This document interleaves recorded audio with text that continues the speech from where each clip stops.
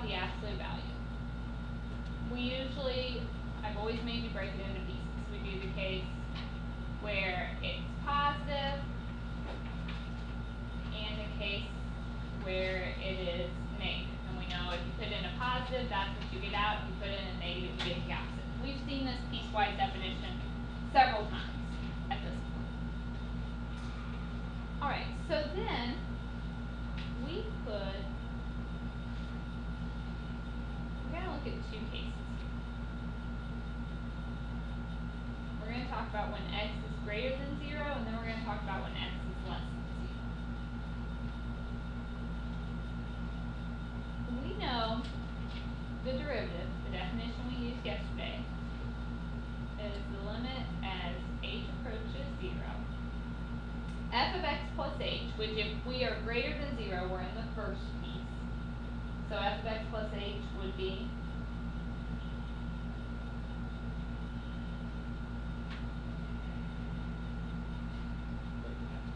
x plus h. We're talking about the case where it's greater than 0. Whatever you put in is what you get out. So if I put in x plus h, I get out x plus h. Minus f of x, which is just x, all over h.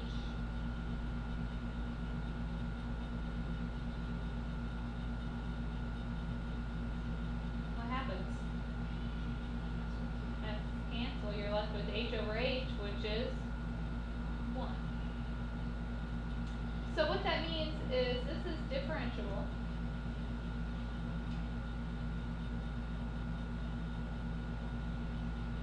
for positive numbers. If x is greater than 0, we get a derivative. It's active, always 1.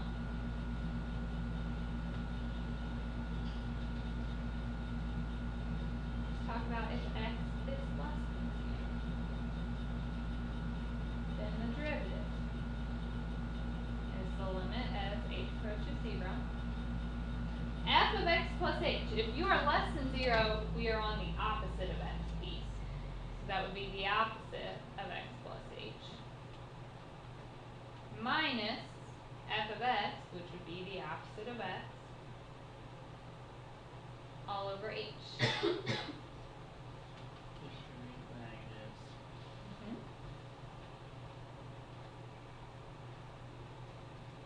So we get negative x minus h plus x all over h. And that equals negative 1. So it is differentiable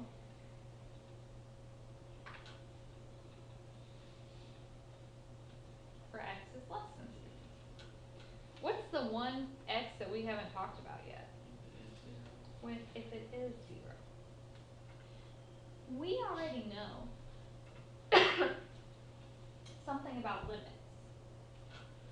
We know to have the limit at 0, the two-side limits would have to be equal, right? Can it not be 0 though because of the h in the bottom? Well, that's something to do with it. We would try to make it go away. We would try algebra to get the h to cancel. But what we've really just seen is the limit as you approach 0 from the right was 1. The limit as you approach 0 from the left was negative 1. So what does that tell you about the limit at 0? That doesn't exist.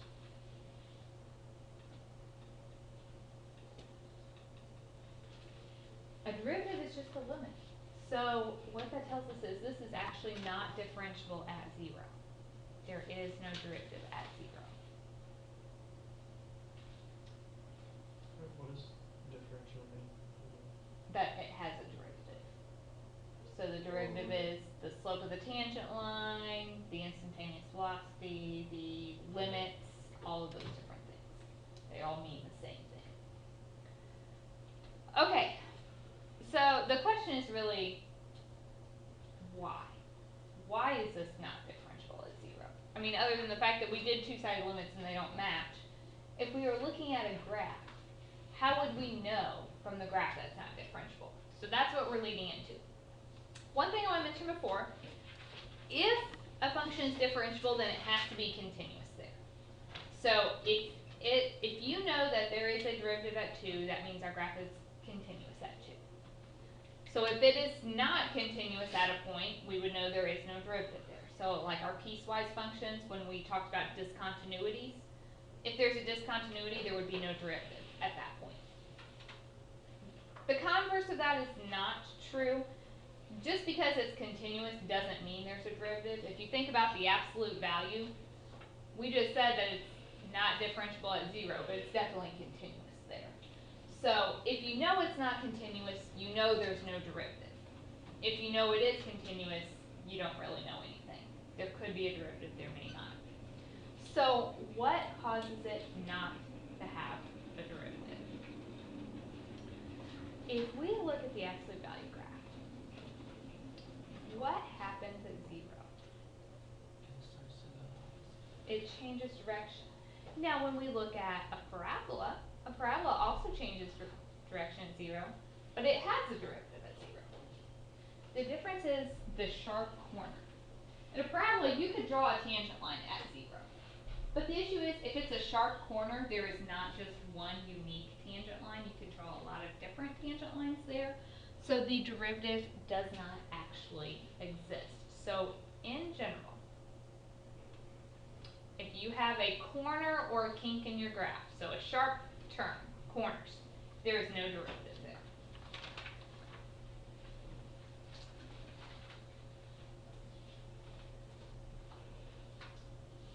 Another place where it wouldn't have a derivative, we already said if it's not continuous, it's not going to have a derivative. So that would be the second one. So any discontinuity. The third option is when there is a vertical tangent line. So I have some slides on here that just show pictures of the different scenarios when a derivative does not exist. So this is just showing a vertical tangent line. The blue is the actual curve here. These pink just represent all the tangent lines, and as it becomes vertical, there is no derivative there. Or something like this. This just took a sharp decline, it has a vertical tangent line at that point. There's no derivative there. When you have the corner, the break in the graph, that vertical tangent line. Those are the three things that would cause it not to be. So how would you have a vertical tangent line if it wouldn't be a function? Right. So that is a very good point. If it has to do with how quickly it's falling, the vertical tangent line is not one that we're going to see very often. This looks similar to like a cubic function, like a negative cubic function, but the problem is right there, it's just a very sharp drop, which is what caused it. So that is not really one that we're going to be looking at a lot. We're going to be focused more on the corners and the breaks, the discontinuities. Alright, so now, yesterday I told you that we're going to start talking about higher derivatives, so we sometimes don't want to rationalize our answers. We're going to try doing some higher derivatives now. And then we're going to, at the end, look at some sample problems that are very similar to some homework questions to try to give you guys a jump start there. Yesterday I told you dy dx was a notation for a derivative. When you see d2y over dx squared, that means the second derivative. That means we're going to do the derivative twice. So, for example, you could also see it as f double prime, just kind of some of the different notations. To get the second derivative, you have to start with the first. So to get f prime, and it does help if you label these things, especially when we start doing more than one derivative, you need to know what you have. So start labeling. We've got the limit as h approaches 0. F of x plus h. So that is going to be x plus h cubed. Actually, we've already done this first derivative. Wasn't that an example we did yesterday? Yeah, I'm not going to recreate that. We did this one yesterday. from example 2.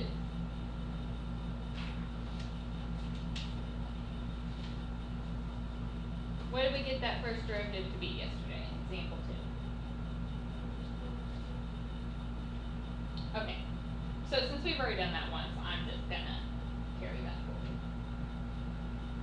So now, the second derivative is the derivative of the first derivative. So we're going to do the limit as h approaches 0. F of x plus h. So my function is now this one. So I'm going to do 3 times x plus h squared minus 1 minus f of x, so 3x squared minus 1 all over h.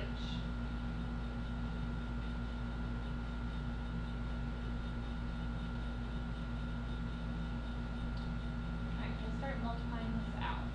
Can I square this and distribute my 3 at the same time? So if you squared that, you would have x squared, so 3x squared. 2xh times 3 would be 6xh. H squared times 3, so 3h squared. And distribute that negative.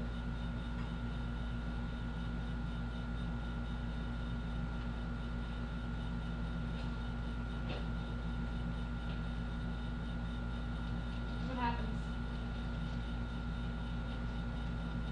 X squared cancels. 1 cancels. We can divide everything else by 8. We get the limit as h approaches 0 of 6x plus 3h. You plug in a 0 for your h, you get 6x.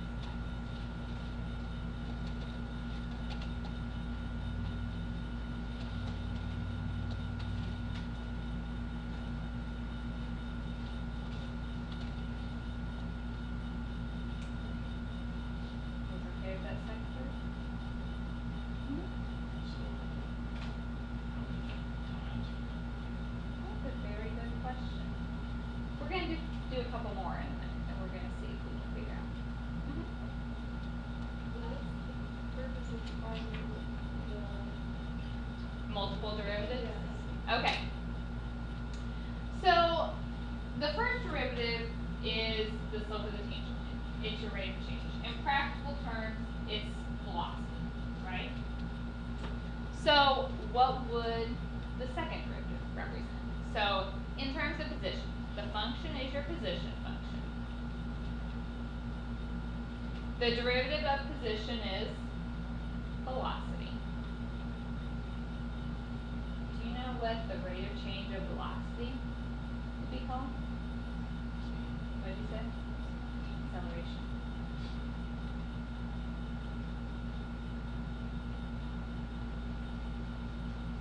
And I don't think you usually get this far in physics, but the derivative of that, the rate of change of your acceleration, is called jerk. So that's just a practical application. So for, like, when we did the first derivative, so that's like the slope. Why is there slope on the next? It's an equation for finding the slope at any given point. Okay. So if I it's- said at x equals 3, you would plug a 3 in, you would get an actual number for your slope. So So, it's like the common derivative of exactly. You're basically finding the formula for calculating the slope.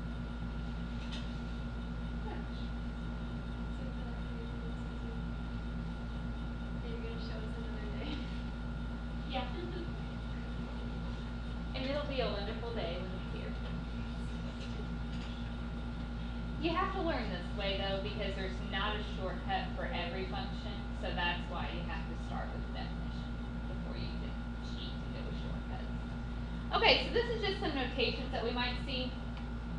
Third derivative, I might call it like y triple prime or f triple prime or d3 dy over dx to the third. After that, we usually just write the number. You don't want to count out 10, take marks. If I wanted to go that far, I would just write 10. So, same function that we have been doing. Let's do the third and fourth derivatives. We already know from example 6, the second derivative was 6x. So the third derivative would be the derivative of that. So it'll be the limit as h approaches 0, f of x plus h minus f of x all over h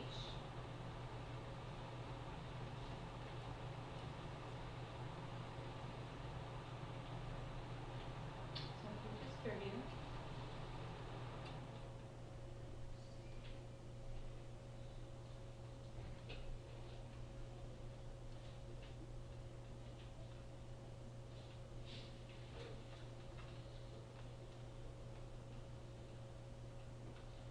so my 6x is canceled, 6h divided by h is 6, and so the limit as h approaches 0 would be 6. So that's my third derivative. So the fourth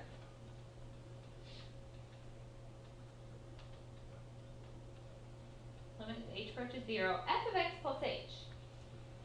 This is now my function. You don't have an x to replace, so when I say f of x plus h, what is it? 6. This is a constant function. So no matter what your x is, it's still 6. So f of x plus h minus f of x all over h.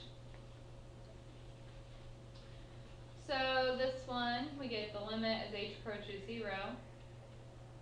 0 over h will be 0, and we just get 0.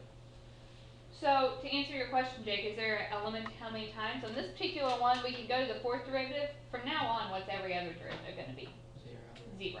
So they kind of, if it's a polynomial, it tops out. At some point, it would turn into 0. Now, if it's not a polynomial, that is not going to necessarily be the case. But, questions? If it's a polynomial, your derivative should be getting shorter each time, too. Notice we started out with a long cubic function, and it was getting smaller each time. Again, that's not true if it's not a polynomial, but for a polynomial, they're nice and they work out pretty.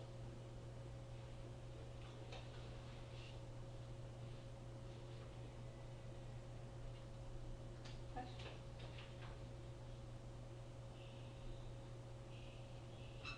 Okay, let's do some simple homework problems. So these are just actually problems straight from the homework last night. So, like, I'm going to work number 2. I think I assigned problem 1 when we worked through them. You might, I don't know, you might want a ruler for this. Might help you, maybe.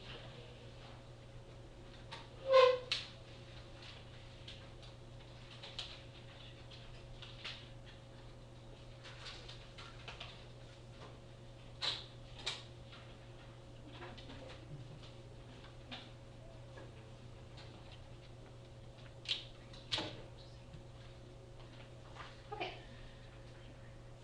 So this is asking you, it gave you the graph of a function, and it is asking you to find the derivative at all these different points. We know that the derivative is the slope of the tangent line, right? So if I want to draw the derivative, or estimate the slope of the tangent line when x is 0, you are going to have to draw the tangent line when x equals 0. So that's where the ruler can come in handy. We're going to have to draw in a tangent line here and try to calculate its slope. Now, is this going to be real precise? No. We are doing the absolute best that we can, but we know it's not great. Okay, so if I draw in a rough tangent line there, now I have to try to estimate the slope of that line. So if I just want to count rise over run, I go up 1 over a tenth, maybe a tenth. It's hard to say. So if you do 1 over 1/10, what do you get?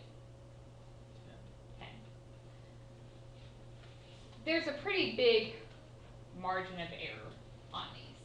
Okay, I am looking for something in the general ballpark. If you said 1, that would be kind of off. If you said 75, that would probably be too big. But we're being very, very general right now. F prime of 1. So I'm going to go when my x is 1. And I'm going to try to draw a tangent line here to the best of my ability. And now if I estimate the slope of that tangent line, So we're doing it wise? yeah, I didn't do 1, did I? Oh, I don't. I definitely Yep. don't know what I'm doing. How about I've been doing it wrong all the time. So when x is 1, this one I would probably say everybody has to get correct. What's that one? 0. Okay, when x is 2. So, first of all, what kind of number should you be getting on this one? This one you should get. Should be a negative number. Okay? Alright, so go ahead and draw a tangent line there and try to estimate your slope. It's not going to be great.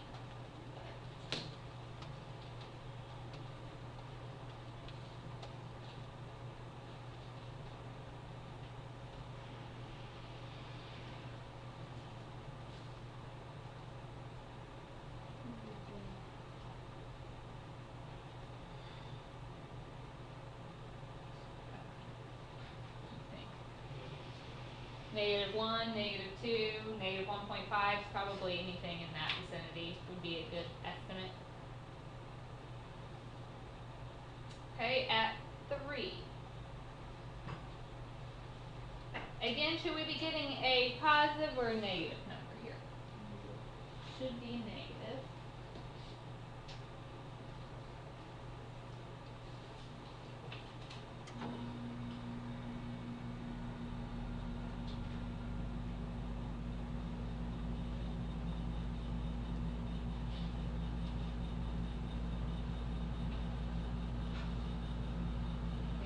Negative. I estimate mine to be negative 1.25. Does that sound reasonable to you guys? Okay, at 4. Positive or negative number here? Negative.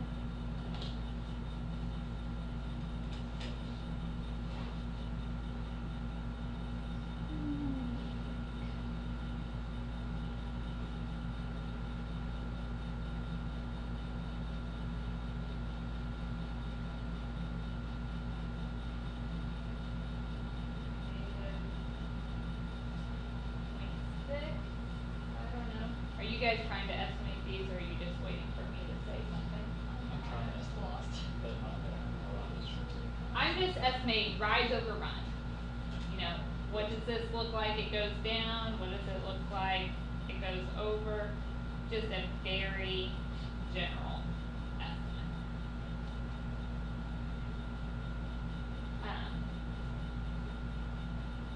So at 5,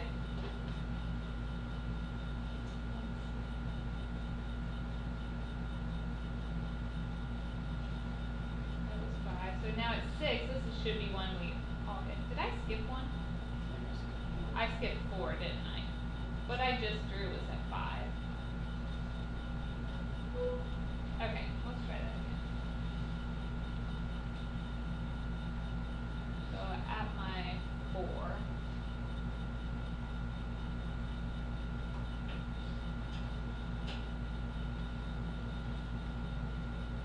Okay. So then when you estimated that one, what do you guys estimate for that? -1? Sounds good. So then when you do 5, should still be negative, it should be getting smaller, so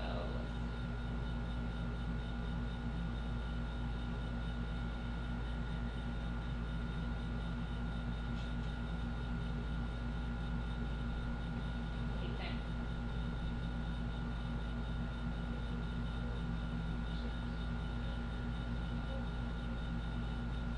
Okay, at 6, we should all be able to get this one. It is 0. At 7, what kind of number should this one be?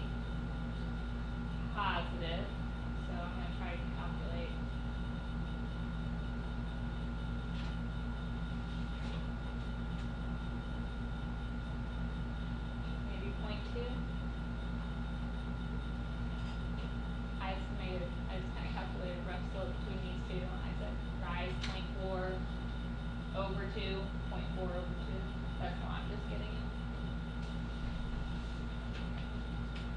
honestly, this is not great, but it's something. So they gave us the equation. We can find the first derivative and plug it in. Yes. So if you knew the equation of this graph, all you'd have to do is calculate your derivative and then plug in 0, 1, 2, 3, 4, 5, 6, 7, and you would have the exact derivative every time.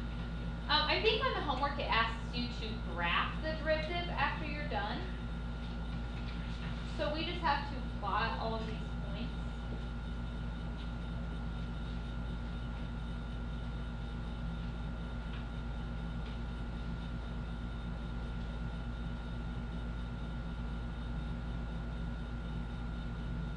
So I had 0, 10, 1, 0, 2, negative 2, 3, negative 1.25, 4, negative 1, 5, negative 6, 6 is 0, 7.2. So we get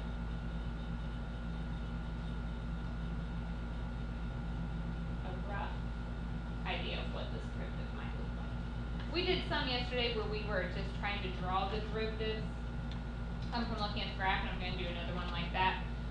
This one we actually had a grid and we could get very rough estimates of the exact derivative values just by estimating our slopes of the tangents.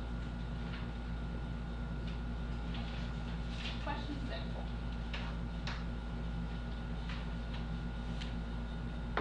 So problem 6. This is one of those where it's asking you to graph the derivative. I think there are several of those on your homework. So what do we know right now? If I just ask for a rough sketch. We know it's gonna be 0 and it's gonna be 1 as well. Right. I know it's going to be 0 right here.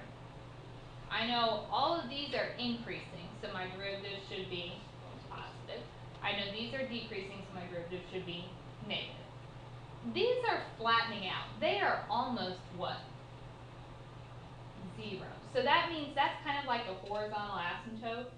As we go on, it's getting closer to 0. Now, not necessarily in the middle, because that's clearly not a slope of 0.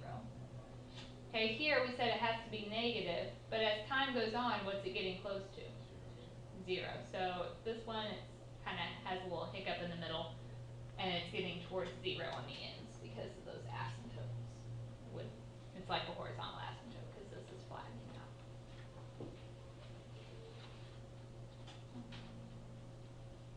Is that one okay? Look at this problem. So I think like maybe 13 or 15 is pretty similar to this. The graph from the U.S. Department of Energy shows how driving speed affects gas mileage. Fuel economy F is measured in miles per gallon and speed V in miles per hour. What is the meaning of the derivative F prime of V? Okay, a derivative is a rate of change. It is a slope. Slope is y over x. Our y is the fuel economy, that's our miles per gallon. Our x here was our speed, which is miles per hour.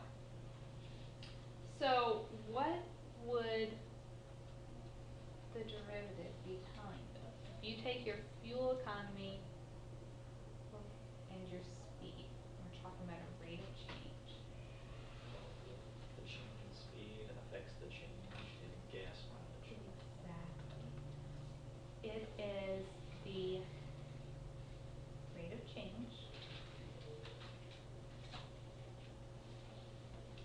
in gas mileage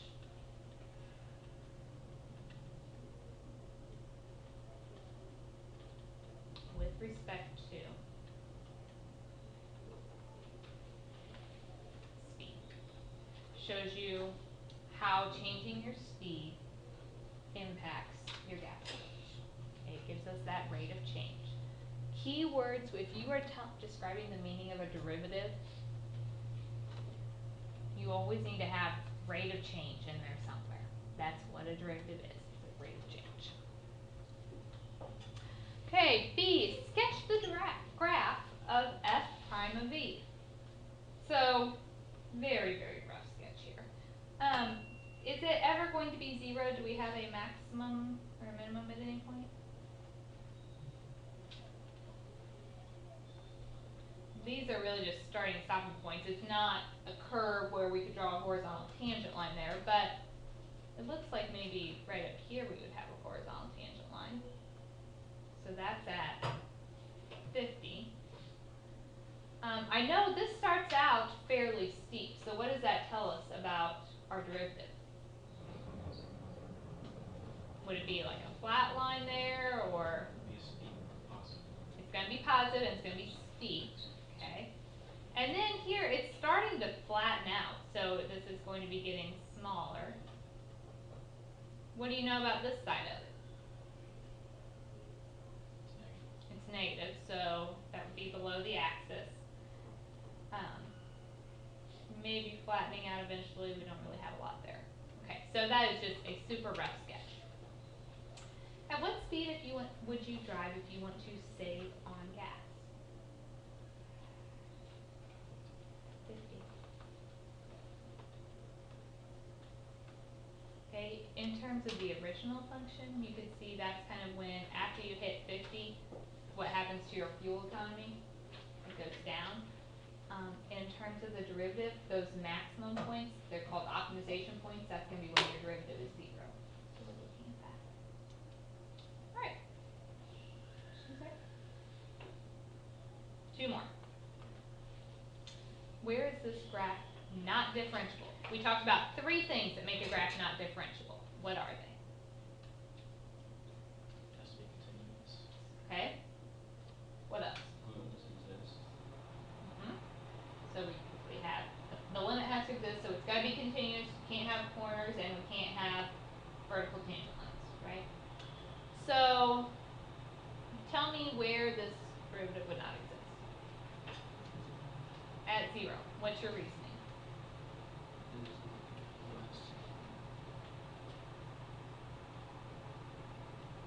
Where else? What happens at 3?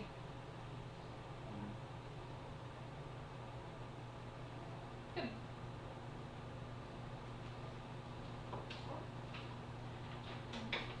Last question. This function, or this picture, shows 4 different functions. You've got the function, the first, second, and third derivatives. I want to figure out which is which.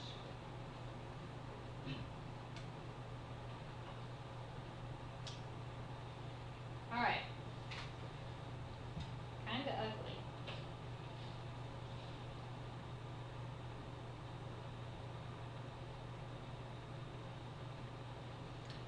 Let's just pick one to start. Which one do you want to look at first? A, B, C, or D? A. A. Alright. If I look at A, so this graph right here, I notice it would have a horizontal tangent line at 0. So its derivative would have to be 0 there. It's decreasing before that, increasing after that. Okay, do any of my other graphs possibly follow that pattern? B could follow that. Would you guys agree? Okay. So we would assume that those are going to be related in some respect.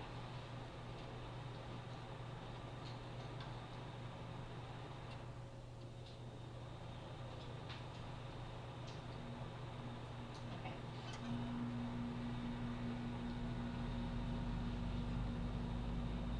So it's possible that B is the derivative of A. Would you agree? That would be possible, just on the very limited knowledge we have of derivatives. Let's look at B. B, the only place it would have a horizontal tangent line would be right here. So its derivative has to be 0 there. It's increasing the whole time. What does that tell you about its derivative? Always positive. Which graph does that describe? A. So that one doesn't happen very often, but based on all we know about derivatives right now, which is granted not very much, either of those could be the derivative of the other. Okay. let's look at C. Okay. We know. Here's C. It has a horizontal tangent line here, so its derivative has to be 0. That describes all of my graphs. It's decreasing before that, increasing after. Wouldn't B be its derivative?